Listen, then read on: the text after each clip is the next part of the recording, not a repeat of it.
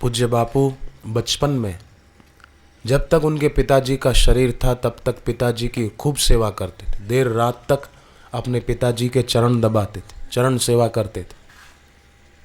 तो पिता के दिल से आशीर्वाद निकलता था, पुत्र तुम्हारा जगत में सदा रहेगा नाम, लोगों के तुमसे सदा पूर्ण होंगे काम। तो आज कितने लोगों के काम पूर्ण हो रहे हैं। कई निसंतानों को संतान मिली। पंजाब में गुरदासपुर है, वहाँ के एक सज्जन ने बताया उनको शादी के 30 साल के बाद बेटा हुआ। 30 साल तक बेटा नहीं था। ज्योतिषी ना बोलते थे कि आपके भाग्य में पुत्र योग है ही नहीं, और डॉक्टर तो खूब पैसा लूटा, फिर मना कर दिया कि नहीं हो सकता। पर आश्रम में आए, शिविर में आए, दीक्षा ली, भगवान नाम जप किया, फिर संतान प्राप्ति का मंत्र गुरुजी ने अलग से दिया, 30 साल के बाद बेटा हुआ।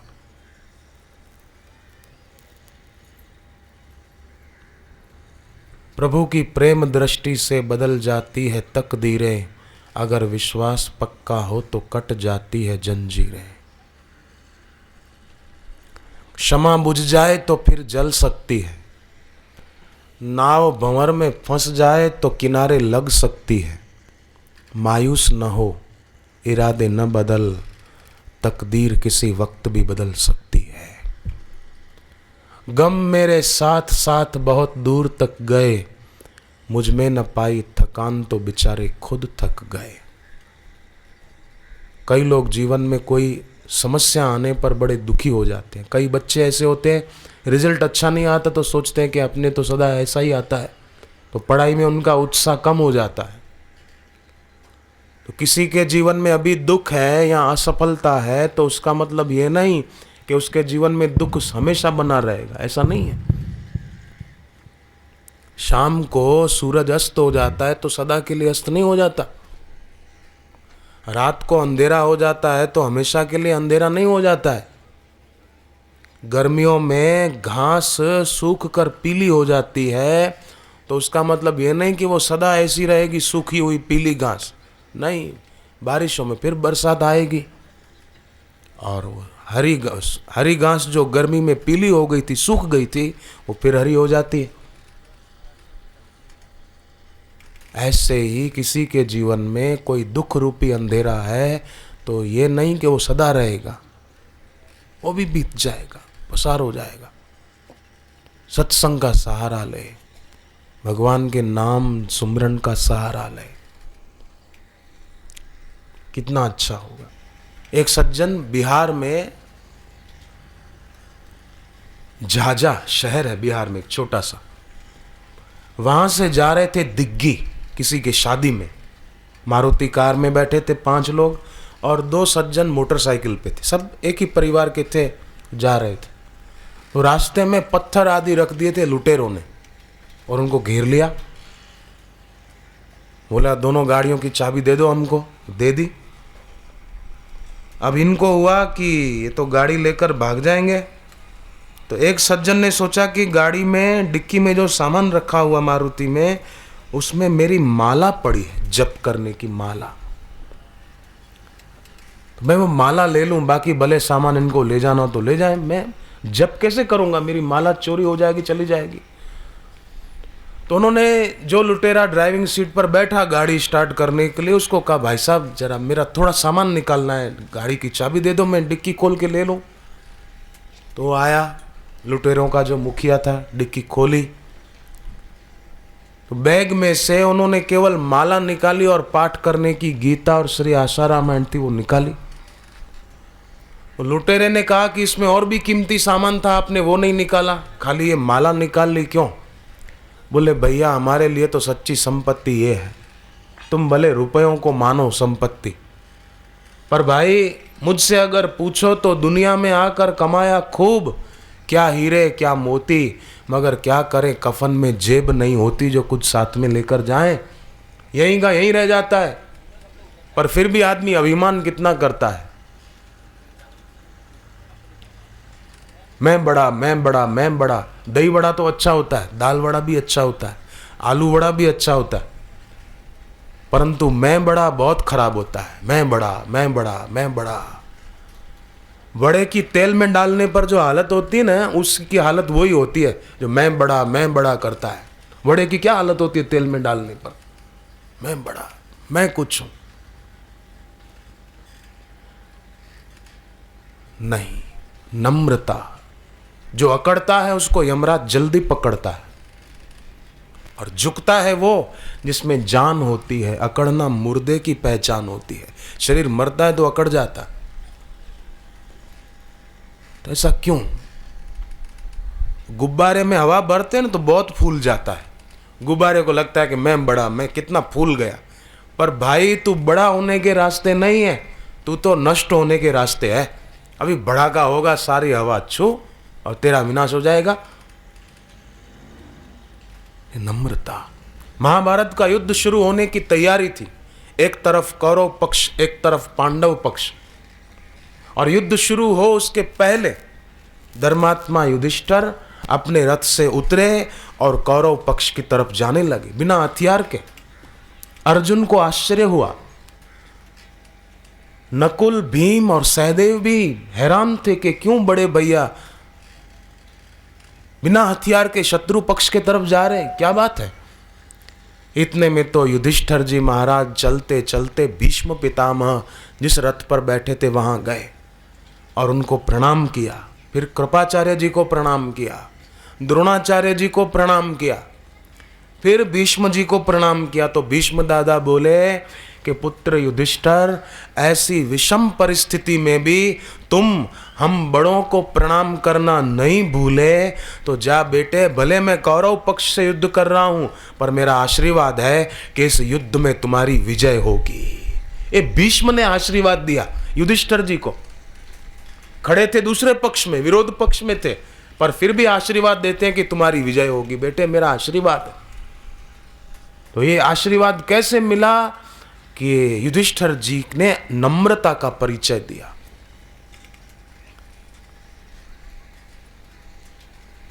मत कर तू अभिमान, जगत में कुछ दिन के मेहमान। भज लो श्री भगवान, जगत में कुछ दिन के मेहमान। भागवत जी के 5वें स्कंद के अंत में शुकदेव जी महाराज ने परीक्षित राजा को नरकों का वर्णन सुनाया। अमुक पाप करो तो अमुक नरक, अमुक पाप करो तो अमुक नरक, नरकों का वर्णन सुनाया। तब परीक्षित राजा शुकदेव जी के चरणों में प्रणाम करके सवाल पूछते हैं कि महाराज, मरने के बाद मुझे तो क्या किसी को भी नरक में न जाना पड़े, उसका कोई उपाय हो तो बताओ।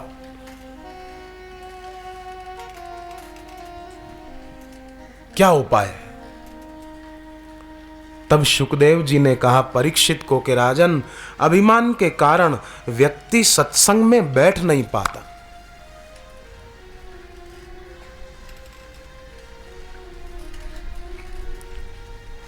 बैठने की रुचि नहीं होती, और उसके परिणाम स्वरूप अविद्या की निवृत्ति नहीं हो पाती। और अविद्या की निवृत्ति नहीं होती, अज्ञान नहीं हटता, तो पाप की वासना बनी रहती है, और पाप की वासना बनी रहती है तो आदमी पाप करता रहता है, और परिणाम नरक है।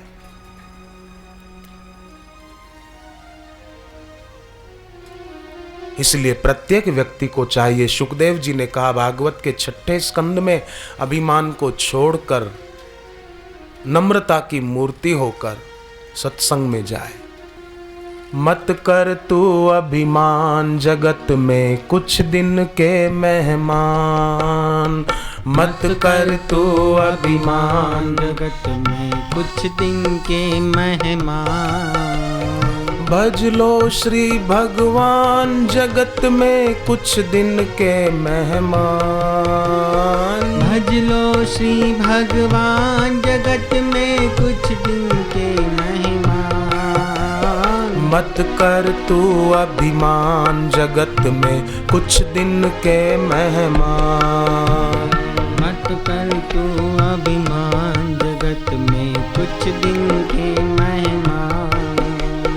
रहे न रावण सम अभिमानी, रहे न रावण सम अभिमानी। हिरणाकश्यप समवरदानी। हिरण्याकश्यप समवरदानी। हिरणाकश्यप को कितने वरदान मिले थे। अस्त्र से न मरेगा, शस्त्र से न मरेगा, रात को न मरेगा, दिन को न मरेगा, अंदर न मरे, बाहर न मरे, मानव न मार सके, दानव न मार सके, इतने वरदान मिले थे। परंतु फिर भी कहां रहा। हिरणाकश्यप समवरदानी। हिरण्याकश्यप समवरदानी। क्षण में छूटे प्राण, जगत में कुछ दिन के मेहमान। क्षण में छूटे प्राण, जगत में कुछ दिन के मेहमान। मत कर तू अभिमान, जगत में कुछ दिन के मेहमान। मत कर तू अभिमान, जगत में कुछ दिन के मेहमान।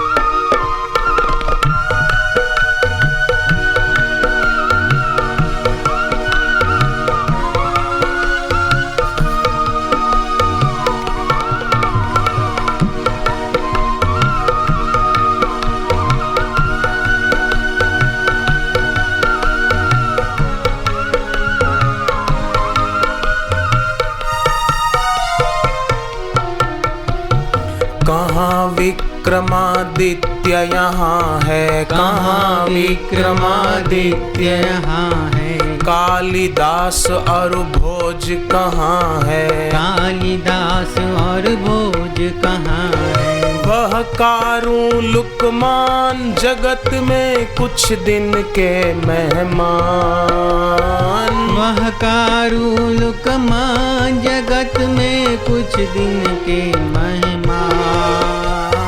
मत कर तू अभिमान, जगत में कुछ दिन के मेहमान। मत कर तू अभिमान, जगत में कुछ दिन के मेहमान।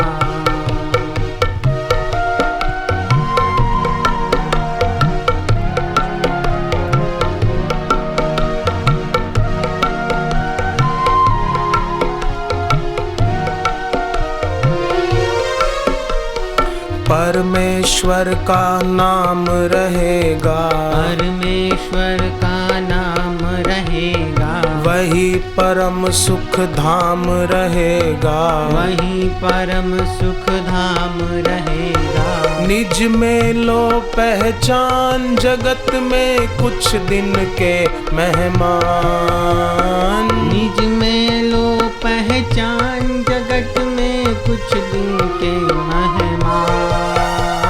मत कर तू अभिमान, जगत में कुछ दिन के मेहमान। मत कर तू अभिमान, जगत में कुछ दिन के मेहमान। भज लो श्री भगवान। भज लो श्री भगवान। भज लो श्री भगवान। भज लो श्री भगवान कृष्ण दुर्योधन को और धृतराष्ट्र को समझाने गए थे, संधिदूत बन के गए थे कि युद्ध ना हो तो अच्छा है, पर तब भी वो काम नहीं हुआ। तो क्या भगवान निराश हो गए? नहीं हुए। भगवान तीसरी बार कर्ण को समझाने के लिए गए थे कि तुम पांडवों के बड़े भाई हो, तुम चलो, युद्ध होगा, हमारे पक्ष से तुम लड़ो, हम जीतेंगे तो हस्तिनापुर के राजा तुम बनोगे। ये भगवान समझा रहे हैं कर्ण को, पर कर्ण भगवान की बात नहीं माने। तो भगवान निराश हुए क्या? नहीं हुए। तो हमारा कभी कोई काम ना हो तो निराश नहीं होना, जीवन रसायन पुस्तक पढ़ना, गुरु मंत्र का जप करना। दिल्ली में एक भाई हैं, सचित उनका नाम है, उनके सिर पर थोड़ा थोड़ा होते होते 35 लाख रुपए का कर्जा हो गया।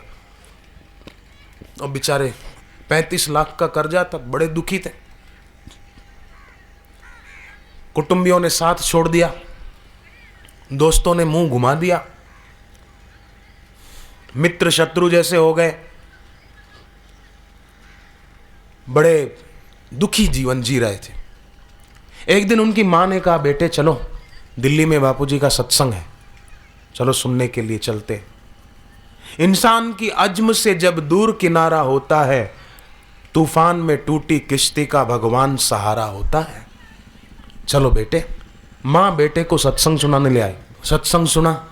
सत्संग में बापूजी ने बताया कि परिस्थिति कैसी भी आई हो, पर मन की स्थिति बिगड़नी नहीं चाहिए। अपने मन की स्थिति को मजबूत रखो,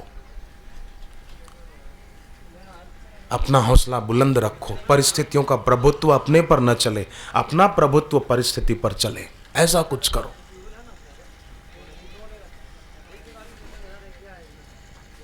भगवान नाम जप बढ़ा दो।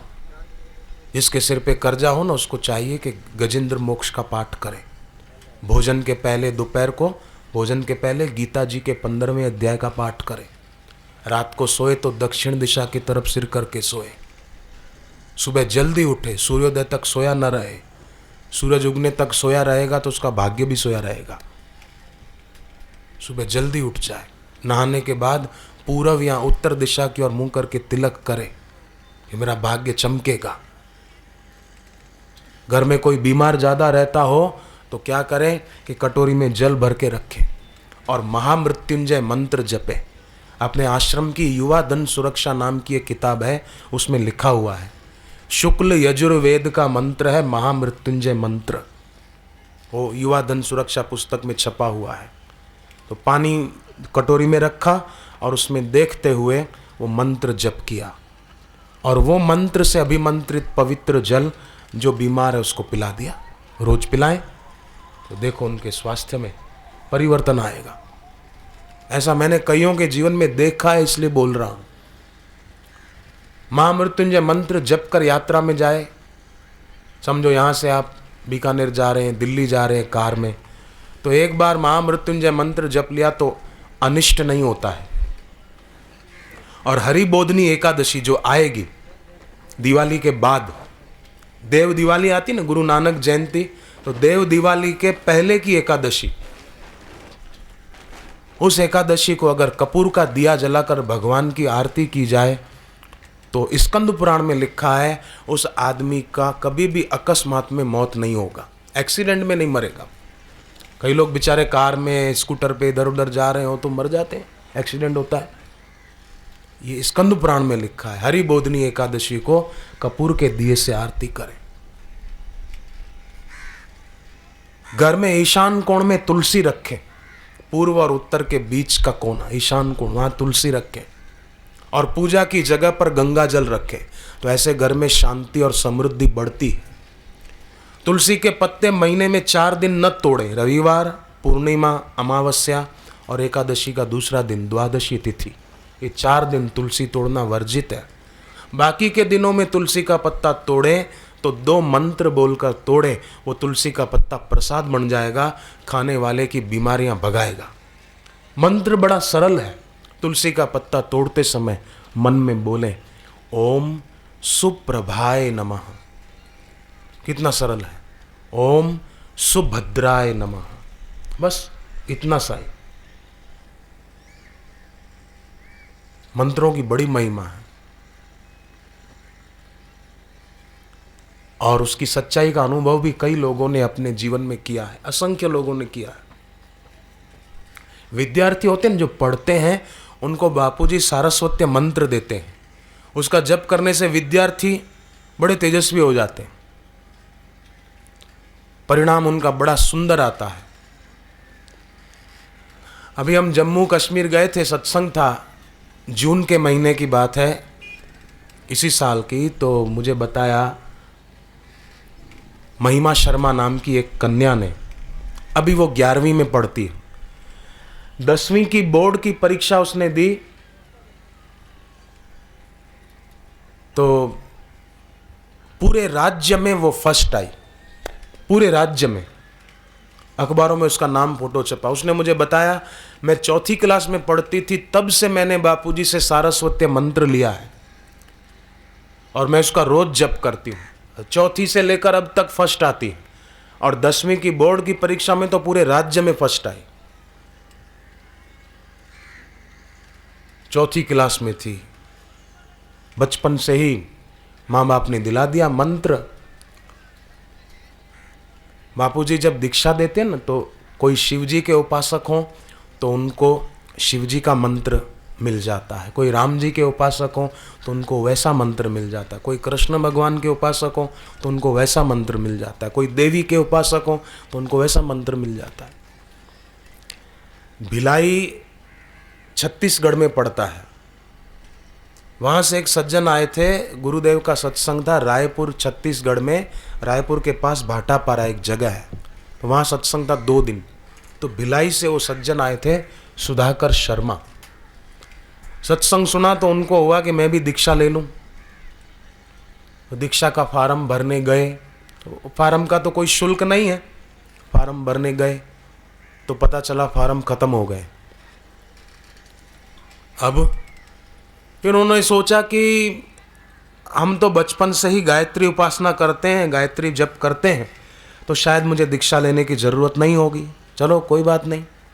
तो जाने लगे तो इतने में एक कन्या हाथ में कमल का फूल और एक हाथ में दीक्षा का फार्म लेकर आई और कहा, शर्मा जी लो ये फार्म भर दो। आप दीक्षा का फार्म लेने आए थे ना, खत्म हो गया, ये भर दो। वो सज्जन ने बताया कि मैं तो देखता ही रह गया कि इसको कैसे पता चला कि मैं फार्म लेने आया था और ख़त्म हो गया। सोच ही रहे थे, इतने में तो कन्या फिर बोली, ऐसा भी नहीं सोचना कि मैं बचपन से माँ गायत्री की उपासना करता हूँ तो मुझे दीक्षा लेने की ज़रूरत नहीं है। नहीं, आपको खास ज़रूरत है। बापूजी गायत्री मंत्र भी देते हैं, आप वो ले लेना, जप करना। जीवन में सद्गुरु की बहुत आवश्यकता है, आप जरूर लो। उन्होंने बताया कि वो कन्या का तेज देखकर मुझे ऐसा हुआ कि मैं इसको प्रणाम करूं, इसके पैर छू लूं,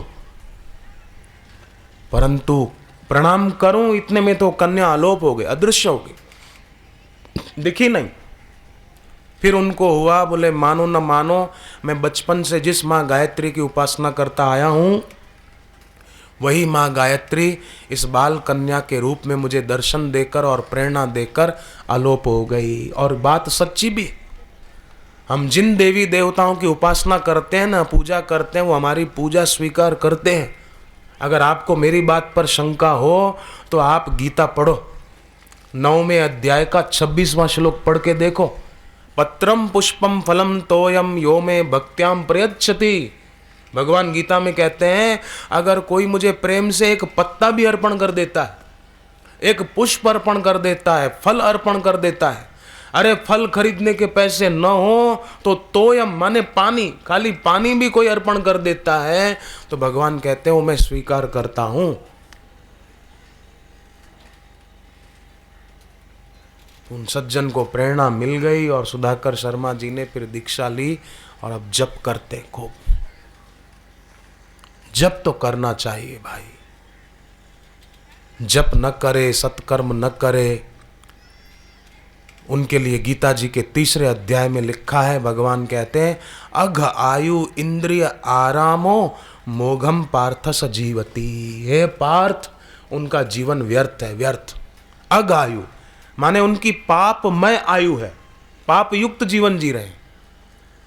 गीता का वचन है, मैंने मन से नहीं बनाया, अब पढ़ो।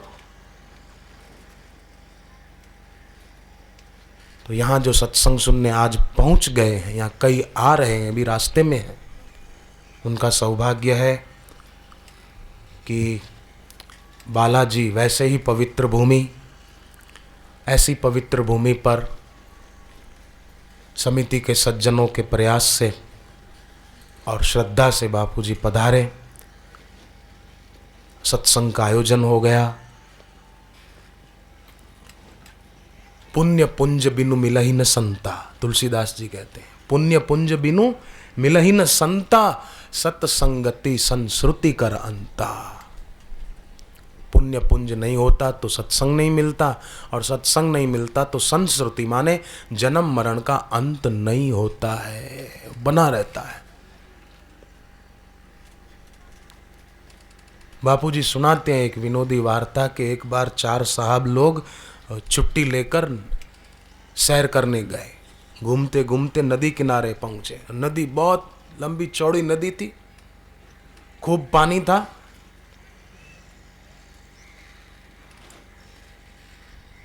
नाव में बैठे, नाविक ने नाव चलाई। तो एक साहब ने पूछा, क्यों भाई तू अंग्रेजी बोलना जानता है?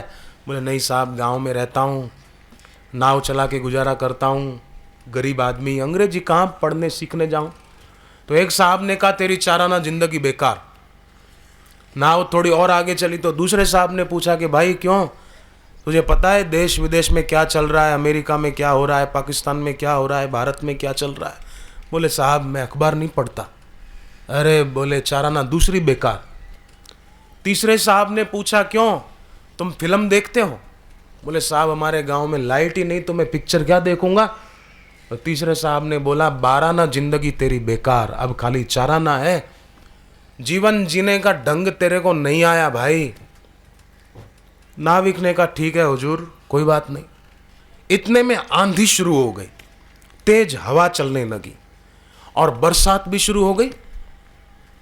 आंधी चलने लगी तो नाव भी डोलने लगी। बरसात का पानी और नदी का पानी उछल उछल के नाव में आ रहा था। साहब लोग घबराए। नाविक को पूछा कि अब क्या होगा? बोले साहब मैं एक प्रश्न पूछूं? बोले हाँ पूछो। साहब आप लोगों को तैरना आता है? चारों घबरा कर बोले कि नहीं नहीं, तैरना नहीं आता। नाविक बोला कि मेरे को तैरना आता है और चाराना जीवन बाकी है। मैं तो तैर कर किनारे पहुंच जाऊंगा, पर तुम्हारे तो 16 ना गए पानी में। और नाविक तैर कर पहुंच गया किनारे और चारों साहब डूब गए। अंग्रेजी बोलना जानते थे, पढ़ना लिखना जानते थे, अंग्रेजी फिल्में भी देखते थे और दुनिया भर की खबरें भी रखते थे, परंतु तैरना नहीं आता था तो डूब गए। ऐसे ही सब चीजें पाले कोई, परंतु भव सागर से पार होने की विद्या अगर सदगुरु के चरणों में बैठकर नहीं पाई तो क्या पाया? देखो किसने क्या पाया, मानव क्यों जग में आया। आने वालों को देखो, बच्चा जन्मता है उसको देखो, आने वालों को देखो क्या लेकर वो आते हैं। बच्चा जन्मता है तो क्या लेकर आता है?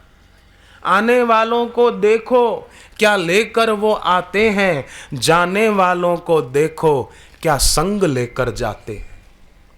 कुछ पुण्य किए या यूं ही ये नर्तन व्यर्थ गंवाया, देखो किसने क्या पाया, मानव क्यों जग में आया, क्यों आया? जरा सोचें।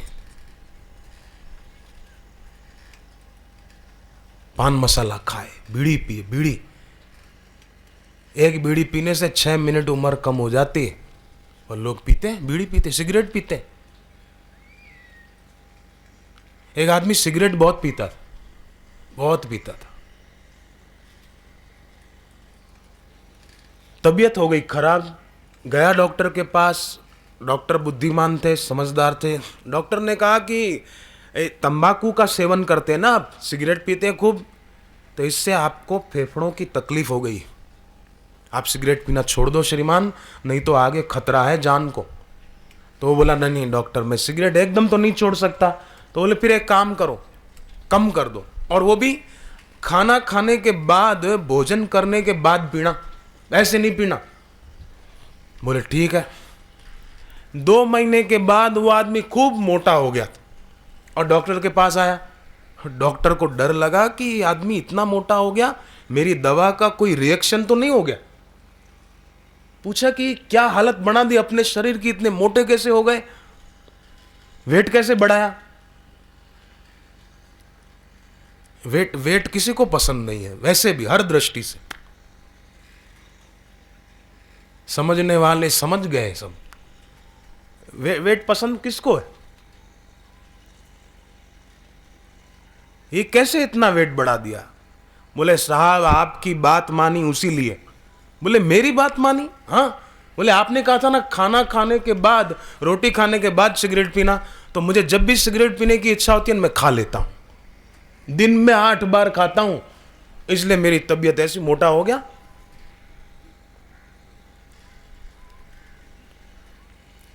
एक आदमी को सर्दी हो गई, सर्दी होती ना कई बार, सर्दी के दिनों में जुकाम हो जाता है। तो अपने दोस्त को पूछा भाई मेरे सर्दी हो गई है, कुछ बता सर्दी कैसे जाएगी। तो वो जो दोस्त था ना वो शराबी था, वो बोला कि 2 घूंट सुबह पी और 2 घूंट शाम को पी, सर्दी चली जाएगी। तो वो बोला कि शराब पीने से सर्दी चली जाएगी? बोले हाँ चली जाएगी। कैसे? अरे बोले शराब पीने से मेरी दुकान चली गई, मेरा मकान चला गया, मेरी जमीन चली गई, तो तेरी सर्दी नहीं चली जाएगी? अरे भले आदमी, शराब पीने से जमीन चली जाएगी, संपत्ति चली जाएगी, दुकान चली जाएगी, पर सर्दी क्यों जाएगी? तो बीमारी और बढ़ जाएगी। बुद्धिमान आदमी इनसे अपने को दूर रखते हैं। बुद्धिमान आदमी व्यसनों से दूर अपने को रखते हैं और प्रभु को भजते हैं, गुरु की शरण जाते हैं और गुरु से वैदिक मंत्र लेकर उसका जप करते हैं। अमेरिका से एक लड़का आया भारत अपनी माँ के साथ दीक्षा लेने के लिए कि बापूजी बच्चों को सारस्वती मंत्र देते हैं, मैं भी लूँ। और दीक्षा लेकर गया तो अभी भी वो हर साल फर्स्ट पास होता है। इस साल भी उसका रिजल्ट आया तो 99% आया, 99% उसका रिजल्ट अंक मिले उसको। जो शरण गुरु की आया, इहलोक सुखी परलोक सुखी। जो शरण गुरु की आया, इहलोक सुखी परलोक सुखी। हरि ओम हरि ओम हरि ओम हरि ओम हरि ओम हरि ओम हरि ओम हरि ओम। चिंता और भय सब मिट जाए, चिंता और भय सब मिट जाए। दुर्गुण दोष सभी छूट जाए, दुर्गुण दोष सभी छूट जाए। चमके भाग्य सितारा, इहलोक सुखी परलोक सुखी। चमके भाग्य सितारा, इहलोक सुखी परलोक सुखी। हरि ओम हरि ओम हरि ओम हरि ओम हरि ओम हरि ओम हरि ओम हरि ओम।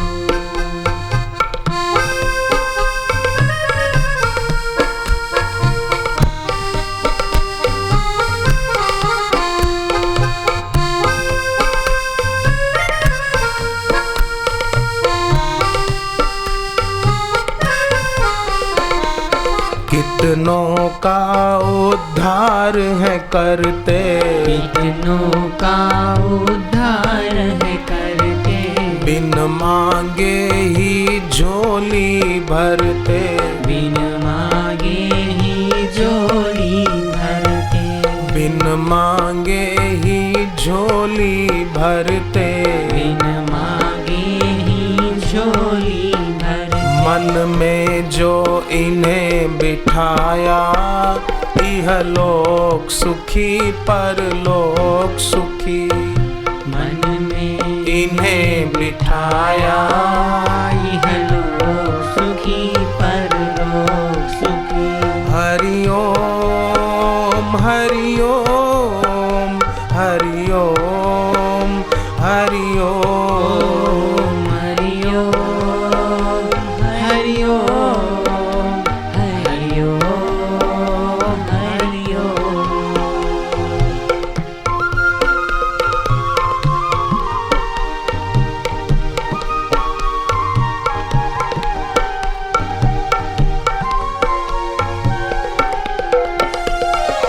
गुरु शरण ही है सुखकारी, गुरु शरण ही है सुखकारी। गुरु सम है न कोई हितकारी। गुरु सम है न कोई हितकारी। जिसने गुरुवर को ध्याया, इहलोक सुखी परलोक सुखी। जिसने गुरुवर को